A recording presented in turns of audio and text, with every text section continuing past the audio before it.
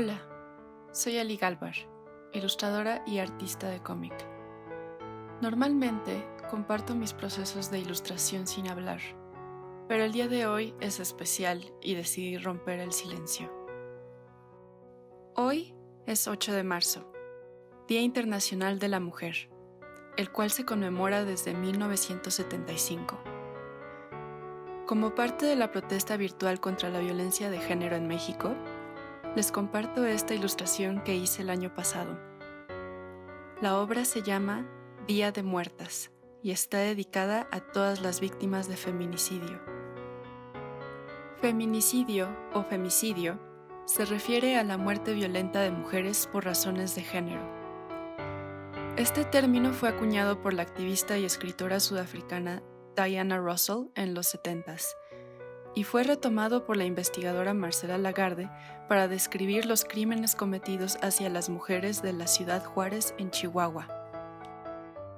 Me resulta inverosímil vivir en un país que, a pesar de toda su riqueza cultural, esté posicionado como un lugar donde el 95% de los crímenes a mujeres salgan impunes. De acuerdo al Observatorio Feminicidio México, entre enero 2018 y diciembre 2020 fueron asesinadas 11.217 mujeres y niñas, y solamente el 26% de los casos se investigaron como feminicidios.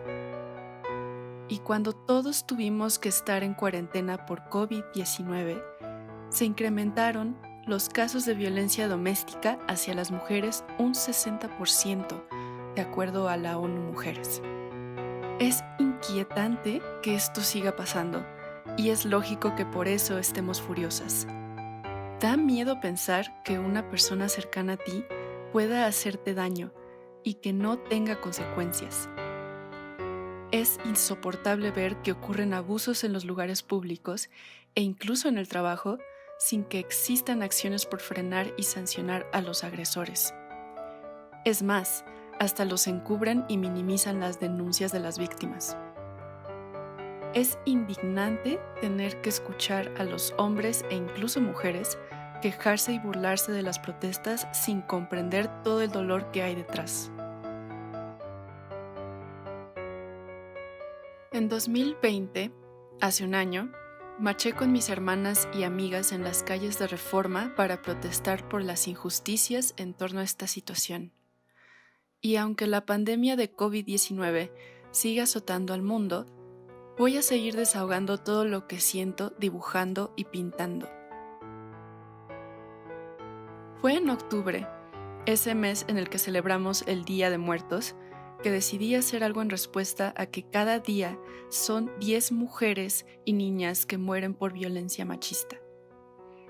En este tiempo fue que salió el documental de las 3 muertes de Marisela Escobedo de Netflix, y eso me hizo recordar a varias madres que no han parado de presionar al sistema de justicia para resolver los casos de sus hijas.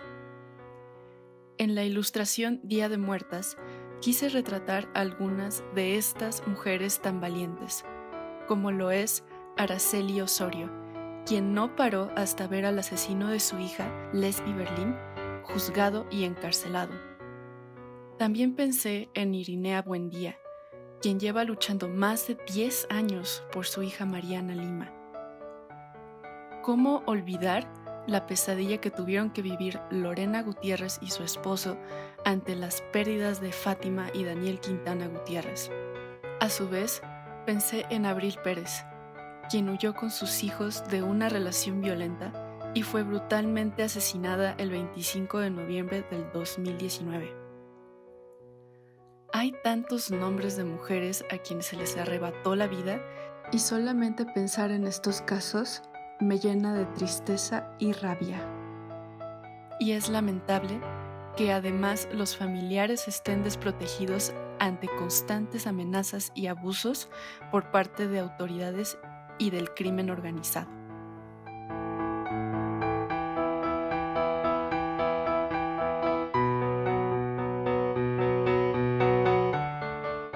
Pareciera que nada ha sido positivo, pero han habido grandes logros por parte de las activistas feministas.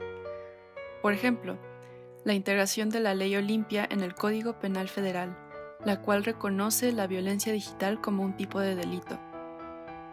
También se aprobó la Ley Ingrid para penalizar a quienes difundan por cualquier vía imágenes de víctimas, especialmente de feminicidios, o comercialicen con ese material, lo cual es una práctica usual en México entre los funcionarios públicos. Sabemos que todavía hay mucho por hacer, pero me da ánimos ver que hay más organización entre mujeres, lo cual ha resultado en una red de apoyo unificada. Y unos podrán decir, ay, otra vez con ese tema, ya está muy de moda.